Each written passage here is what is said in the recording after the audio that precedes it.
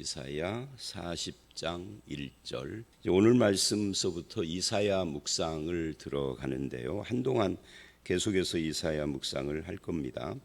근데 이 이사야서는 오늘 말씀서부터 이사야 2부에 속해요.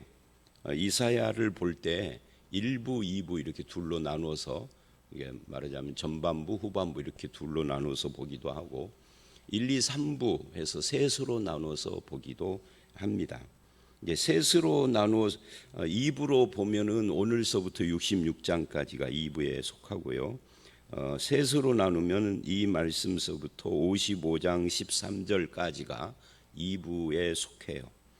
1부의 말씀 1장서부터 39장까지는 주로 심판에 대한 말씀이 있었고, 이 선지서인데도 드물게 그 역사적 사건이 등장을 합니다. 다른 것도 역사적 사건과 관계되는 거지만 미래에 일어날 예언들이고 그러는데, 이 역사적 사건이 1장서부터 쭉 읽어보면 39장까지 앞부분에 그 아하스 왕의 이야기가 나오고 뒷부분에 히스기야 왕의 이야기가 나와요. 이 아하스와 히스기야는 부자지간이죠. 근데 아하스는 악한 왕이고 히스기야는 믿음의 사람이고 그렇습니다. 그 두 가지 역사적 사건을 놓고 무엇을 말을 하느냐면, 아하스는 하나님을 믿지 않았는데 히스기야는 하나님을 믿었다.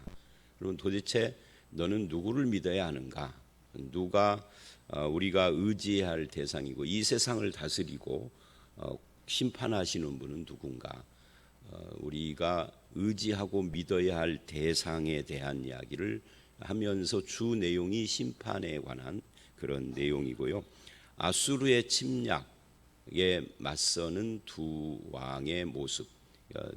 아하스의 그런 아하스는 이제 아수르의 침략보다는 북이스라엘 왕국과 아람이 연합해서 쳐들어온 것을 아수르와의 동맹으로 그거를 해결을 하려고 하나님을 믿지 않는 그런 모습이고, 아수르를 의지했던 거죠. 하나님 대신. 히스기야 때는, 그 아들 때는 아하스가 의지했던 그 아수르가 이스라엘을, 이 유다, 정확히 말하면 남쪽 유다, 남유다를 쳐들어옵니다. 그러니까 이 세상에서 이 국가와 국가는 영원한 적도 영원한 동지도 없다, 뭐 이런 속설들이 딱 맞는 거죠. 근데 그때 히스기야는 하나님을 의지하고 믿는 그런 모습을 보입니다. 근데 이 두 사건을 통해서 전반부는 하나님의 심판을 이야기를 하고요. 이제 후반부인 이 40장서부터는 하나님의 구원과 회복에 대한 말씀들이 시작이 됩니다. 그러니까 이사야가 66장인데 거의 2분의 1도 훨씬 넘는 내용이 심판에 대한 이야기예요. 그리고 이제 구원과 회복인데 그 중에 두 번째 문단에 속하는 제2부에 속하는 40장 오늘 말씀 1절로 11절은 이거를 선지자의 재소명이라고 부르기도 하고요. 그 속 내용은 말씀은 반드시 성취된다. 이게 속 내용이에요. 하나님의 말씀은 반드시 성취된다. 그러면서 내 백성을 위로하라 라고 말씀을 합니다. 그리고 이 40장 이후는 이스라엘이 또는 유다가 바벨론에게 포로로 잡혀간 상황을 가정하고 하시는 말씀입니다. 아직 안 이루어졌지만 그렇게 될 것을 말씀을 하면서 하는 이야기의 말씀이 반드시 성취된다. 그리고 이 문단의 마지막 끝인 55장 10절로 13절을 보면 거기서 또 다시 말씀은 반드시 성취된다 하는 것으로 이 이사야 2부를 마무리를 합니다. 그리고 이제 3부로 들어가는 거죠. 마지막으로. 그런데 이 말씀은 반드시 성취된다를 앞뒤에다가 배치를 하고 가운데 어떤 이야기가 나오느냐 하면 고레스에게 기름 붓는 이야기를 해요. 고레스를 세우신다. 그러니까 이스라엘을 바벨론에서부터 건지시는 이 구원과 회복 이야기를 하는데 고레스를 통해서 한다 하는 이야기죠.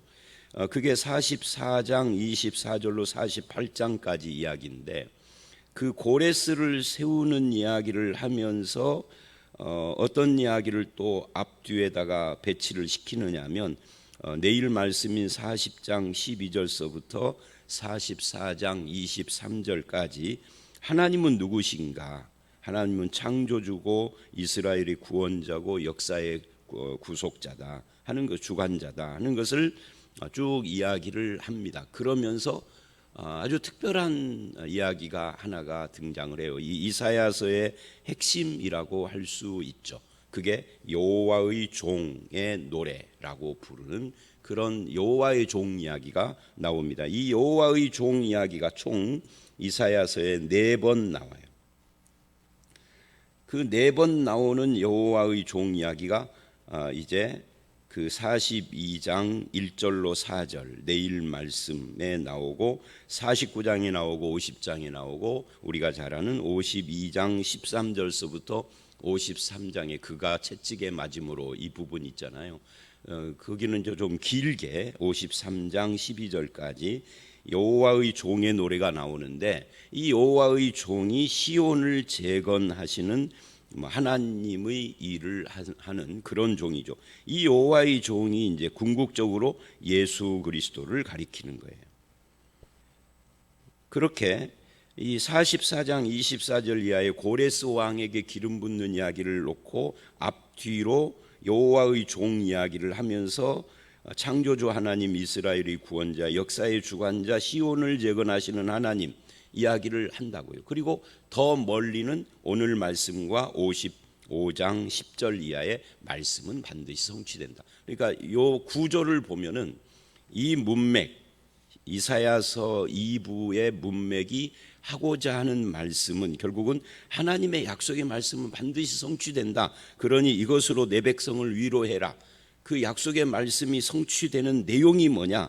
그게 창조주 하나님, 구원자 하나님, 역사의 주권자 하나님, 시온을 재건하는 하나님 어떻게 할 것이냐? 고레스를 통해서 한다. 그런데 이 고레스는 단순히 한 개인이 이스라엘이라는 민족을 해방하는 일뿐만이 아니라 여호와의 종을 상징한다. 그 여호와의 종은 결국은 예수 그리스도다. 이렇게 나가는 거라고. 물론 이제 여호와의 종에 대해서 해석이 여러 가지가 있어요. 이스라엘을 가리킨다 뭐 이런 말도 있고 뭐 다양한데 결국은 예수 그리스도를 가리키는 것이 궁극적인 것이죠. 자, 이런 문맥의 흐름 속에서 오늘 본문의 위치가 이사야 2부에서 굉장히 중요한 말씀이다 하는 것을 우리는 알 수가 있습니다.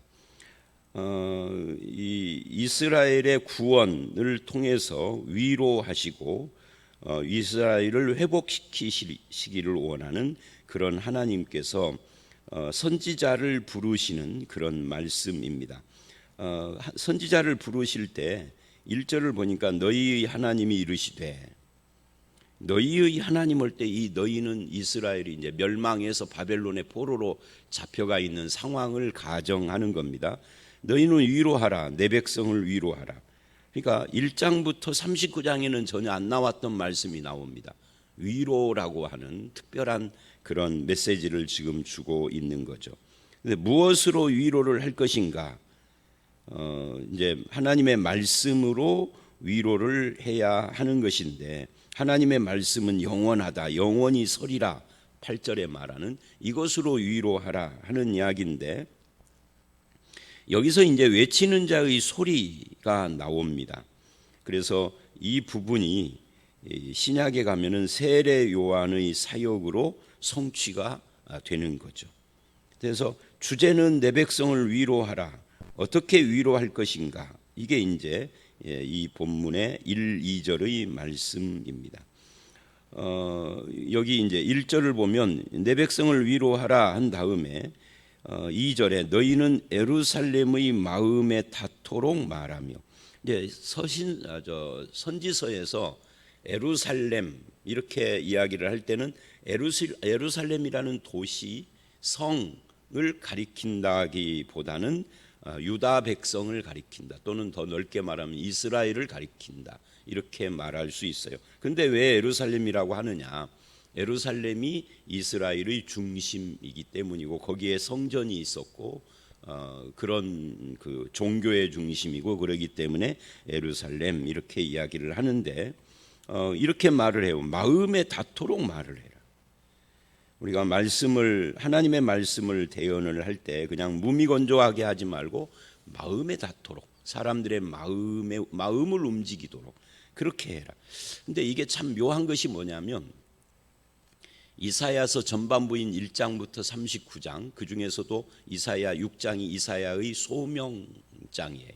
근데 그 이사야의 소명, 이사야를 부를 때 하나님이 왜 부르시느냐 하면은 저들이 들어도 듣지 못하도록, 그러니까 이거를 실패의 소명이라고 그래요. 그러니까 이사야는 실패를 위하여 소명을 받은 거예요. 그러니까 전에도 안 듣고 마음을 열지 않고 봐도 못 보는 그런 소경이 되게 하고 귀머거리가 되게 하는 일을 위해서 너를 불렀다. 이게 무슨 말이냐면 아무리 외쳐도 이스라엘은 결국은 멸망할 거다.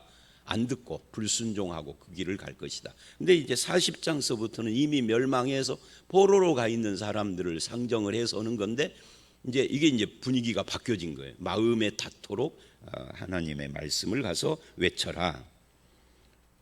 어떻게 그 무슨 내용을 외칠 것이냐 할 때 그 노역의 때가 끝났고, 이 노역의 때가 끝났다라는 건 포로 해방을 말하는 겁니다. 그러니까 이스라엘이 멸망하고 바벨론으로 포로로 끌려갔을 때 하나님의 계획은 그 기간을 정해놓고 하신 것이죠. 그러니까 나라가 멸망하면은 하나님이 없어져 버린 것도 아니고 하나님이 무능한 것도 아니고 우리가 믿었던 하나님이 가짜였던 것도 아닌 거죠. 그것까지도 하나님의 주권 속에 있었던 거예요. 그래서 이제 이사야서 2부에서 하나님은 누군가 할 때 아까 말한 창조주 하나님, 이스라엘의 구원자, 역사의 주관자 할 때 역사의 주관자인 거죠. 어쨌든 이 노역의 때, 이제 포로의 시대가 끝났다. 하나님이 정한 기간이 다 됐다. 이제는 포로 해방의 때다 하는 것을 말하고 있는 거죠. 그리고 죄악의 사함을 받았다.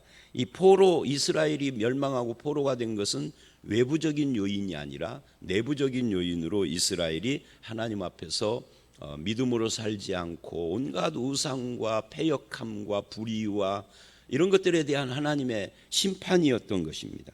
근데 이제 그것이 노역의 때가 끝나면서 그 죄도 사함을 받았다. 그러니 이제 위로하라라고 말씀을 해요. 이게 참된 위로의 원천이 뭐냐 할 때 인간에게서 나오는 것도 아니고 역사와 세상에서 나오는 것도 아니고 하나님에게서부터 참된 위로가 나오는데 그 참된 위로의 그 내용은 죄를 사함받는 것에서부터 나오는 거예요. 죄를 어떻게 사함받았는가? 2절 끝에 보면은 여호와의 손에서 벌을 배나 받았느니라. 그러니까 여호와의 손에서 벌을 받았어요. 이제는 죄에 대한 값이 다 치루어졌어요. 물론 이건 이제 이스라엘이 포로 70년 이거를 말하는 거지만 하나님으로부터 죄가 사함받고 그것이 우리에게는 위로가 된다 하는 그런 말씀을 지금 하고 있는 겁니다. 바로 이 사실을 마음에 닿도록 말을 해라, 외쳐라 라고 이야기를 하고 있는 겁니다.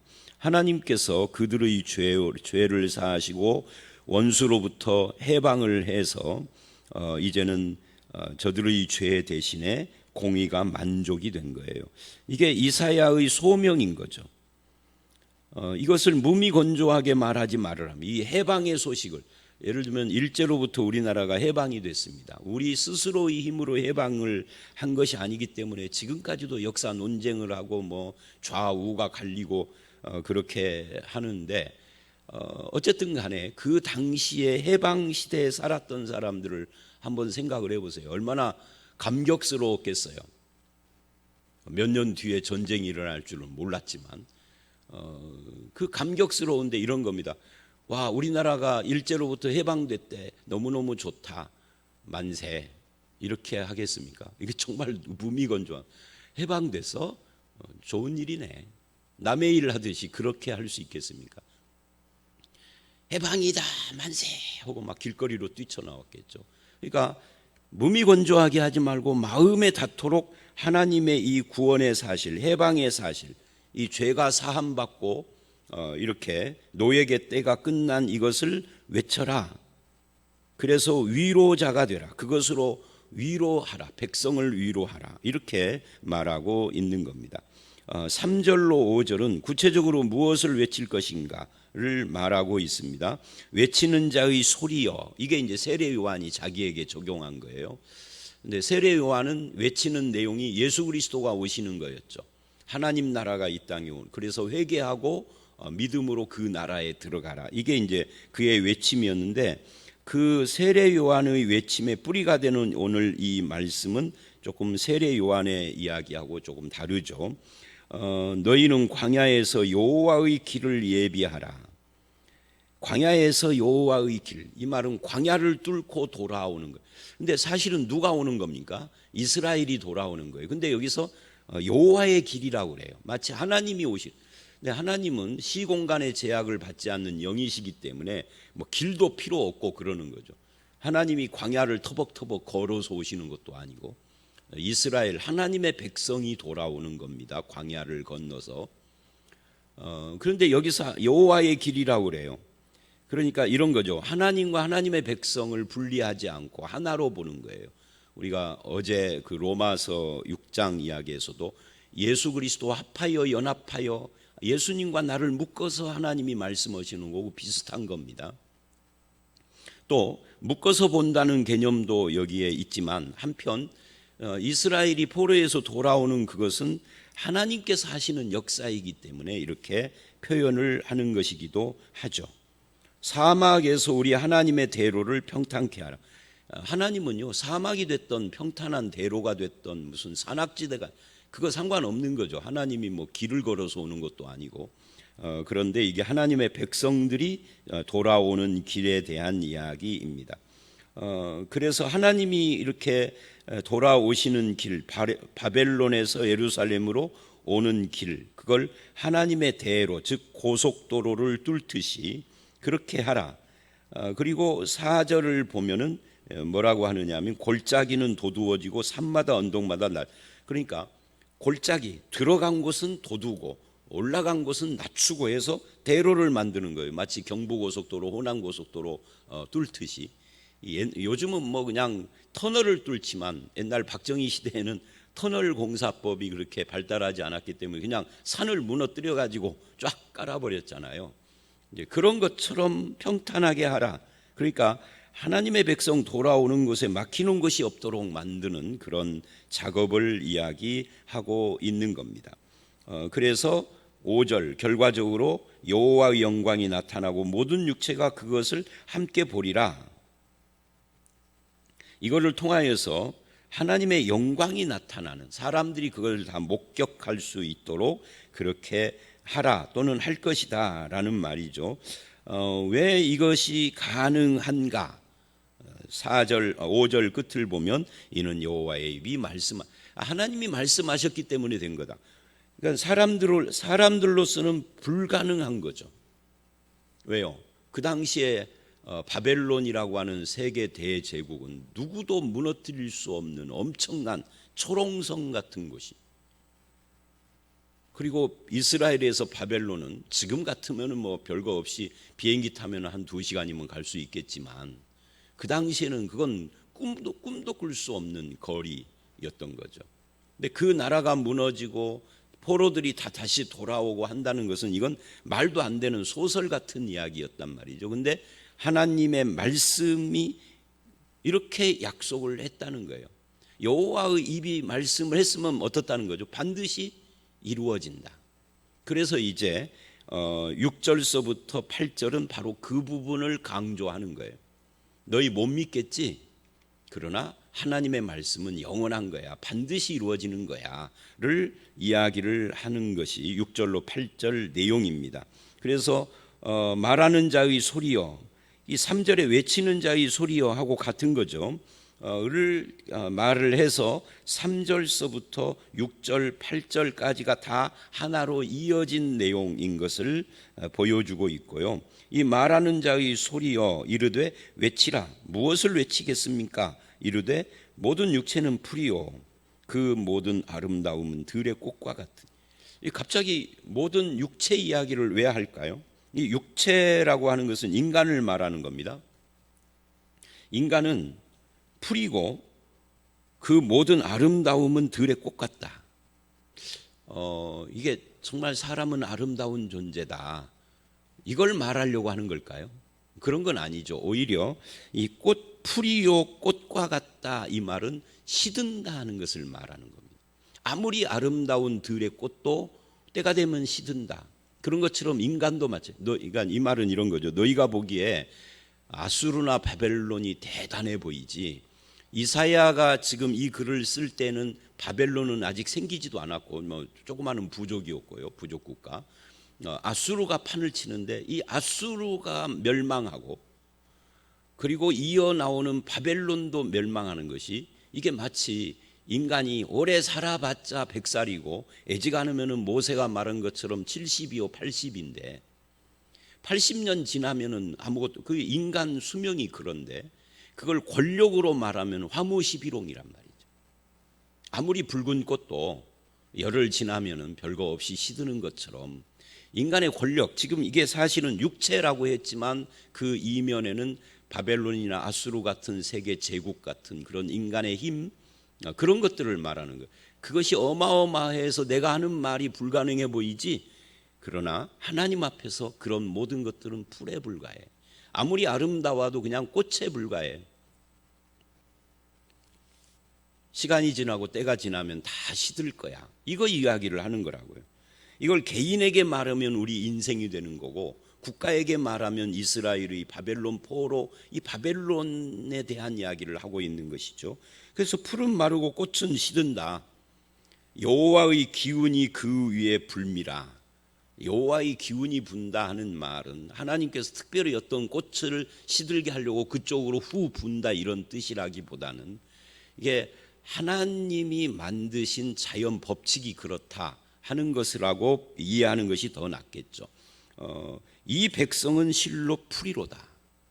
이 백성이 이스라엘을 가리키는지 바벨론을 가리키는지 그건 알 수가 없어요. 그러나 이스라엘이 됐던 바벨론이 됐던 인간들을 말하는 것입니다. 또 인간이 만들어 놓은 나라와 국가를 말하는 것입니다. 그러니까 아무리 대단한 인간이든 아무리 대단한 국가나 어떤 단체든 무슨 제국이든 간에 그건 조금 있으면 시드는 꽃이나 풀과 같은 거다. 그래서 풀은 마르고 꽃은 시드는데 그게 자연 법칙이고 하나님의 기운이 그렇게 하는 건데, 하나님의 말씀만큼은 영원히 서리라. 이 선다라는 말씀은 이게 변하지 않는다는 뜻도 있지만 이루어진다 그 말이죠. 다 시드는데 얘는 서 있는, 생각을 해보세요. 그것도 얘가 3달 만에 시들었어요. 뭐 꽃이 3달 가는 것도 없죠. 3달 만에 시들었어요. 얘는 그러면 6개월 간다는 건가? 아니, 영원이다. 온 지구가 다 멸망을 해도 말씀은 서 있다 이야기예요. 그러니까 1.1핵도 다 성취된다 하는 그런 말씀이랑 비슷한 거죠. 그러니까 하나님이 말씀했으니 지금 내가 외치라고 말한 이것도 이루어질 것이다 하는 이야기예요. 그러면 믿는 우리는 바로 그 말씀을 붙잡고 믿는 거죠. 이 기독교의 신앙이라는 것은 하나님의 말씀을 붙잡는 거예요. 어제도 잠깐 이야기한 것처럼 내가 체험한 것, 내가 경험한 것, 그건 뭐 좋죠. 개인적으로는 좋아요. 뭐 쓸데없는 것은 아니겠죠. 그러나 그것이 우리가 붙잡아야 될 근거는 아니에요. 그런 것들은 시간 지나면은 또 내 기억 속에서 점차 사라져요. 제가 맨날 10대 후반, 20대 후반 했잖아요. 그때 저도 많은 체험들이 있었어요. 뭐를 체험하고 뭐를 보고 뭐 이런 거.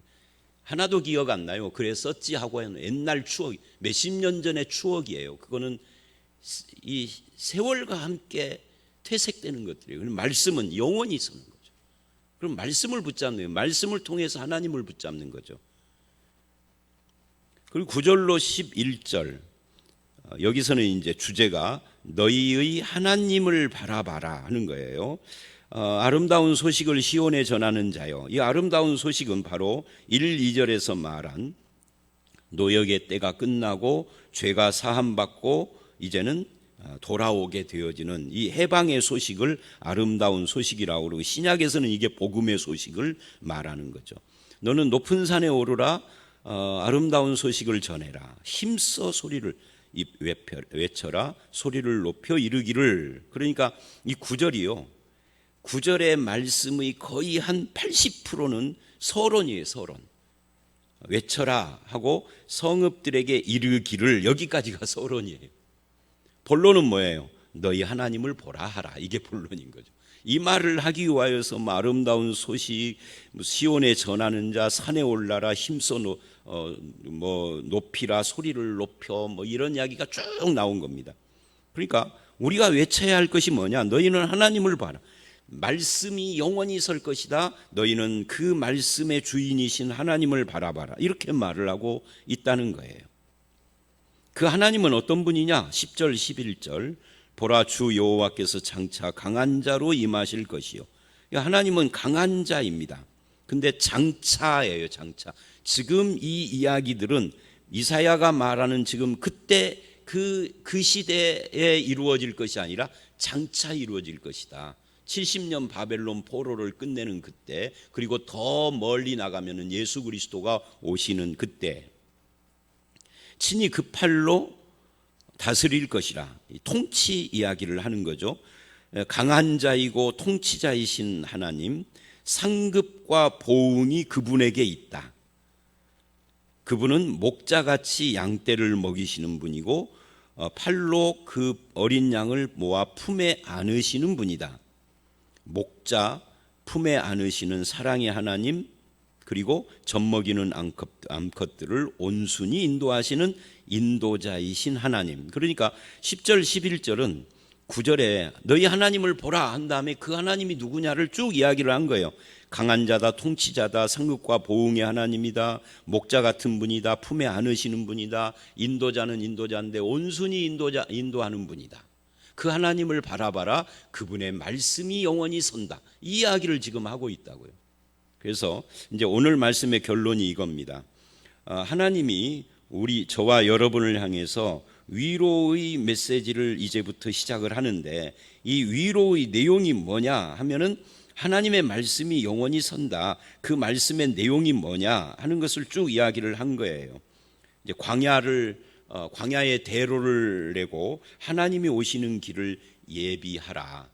그 하나님은 어떤 분이냐? 그 말씀을 영원히 세워서 성취하시는 그런 말씀의 하나님이시고, 강한 자, 통치자, 목자, 인도자시다. 그 하나님의 말씀을 의지하라. 이렇게 지금 이야기를 하고, 이제 내일 말씀서부터 그 메시지들이 쭉 나오는 겁니다. 이 메시지의 핵심, 하나님은 누구며 여호와의 종은 누구며 그 하나님이 고레스를 기름 부어서 말씀하신 것을 이루려고 하신다라고 가고 있는 거죠. 그건 이제 내일부터 볼 이야기고요.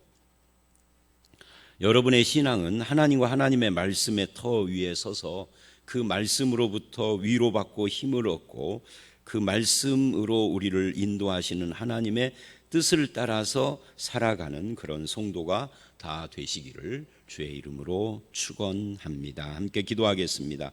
하나님 아버지, 이스라엘을 위로하기 위하여서 구원과 회복의 말씀을 시작하시는 하나님께서 이 말씀을 통하여서 외치는 자인 세례 요한을 통해 예수 그리스도를 이 땅에 소개하시고, 예수님을 통해서 말씀이 온전하고 영원히 서는 그런 성취의 말씀인 것을 우리에게 보여주셨으며, 예수를 통하여서 통치자 하나님, 위로자 하나님, 목자 같은 하나님, 우리를 품에 안으시는 하나님이신 것도 우리에게 가르쳐 주셨습니다. 그 예수 안에서 말씀의 성취자이신, 말씀이 육신이 되신 예수 안에서 우리가 하나님의 위로를 받게 하시고 늘 그 하나님의 인도를 받게 하시며, 목자 같은 하나님의 품 안에서 말씀을 늘 묵상하고 순종하는 그런 성도로 살게 하여 주시옵소서. 예수님 이름으로 기도드려 싸움나이다. 아멘.